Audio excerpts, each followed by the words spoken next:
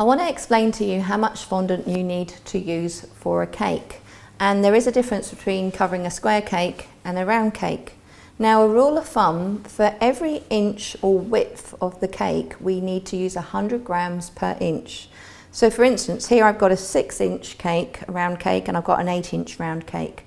Now for a 6-inch round cake, I'm going to need at least 600 grams, so 6 times 100 grams of fondant to cover the cake. Now if I physically weigh out 600 grams of fondant to cover this 6-inch round cake, I still actually won't have enough. So what I normally like to do is I normally like to add 300 to 500 grams of fondant extra.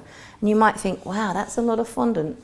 But what you have to consider is when we roll out that fondant, we have to then cover the sides of the cake. Now at the end of this tutorial, there's going to be a printout, so you can actually just print off what I'm explaining to you, just in case it's too much information. So when we cover a square cake, again, this is a 5-inch square cake. So the rule of thumb, for every inch of width of cake, we need 100 grams. So this cake would require 500 grams. And then again, I'd add an additional 300 to 500, depending on the depth and the height of the cake.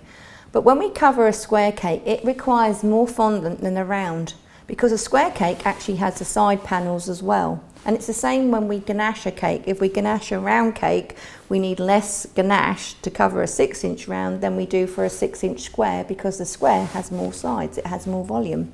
So when we cover a square cake, the rule of thumb is for every inch of width of the cake, we need 150 grams, and for a round cake, we need 100 grams. The additional 300 or 500 grams of fondant is required to get it round the sides and over, and then to trim it. So don't think you can just weigh exactly 100 grams per inch, so 600 grams for a 6-inch cake. You need extra, because otherwise you won't have sufficient to cover the cakes. So at the end of this video, there's a printout, and it's got a chart of how much fondant is required. All this information is also in my beautiful book, Contemporary Cakes Designs, Book 1. Thank you.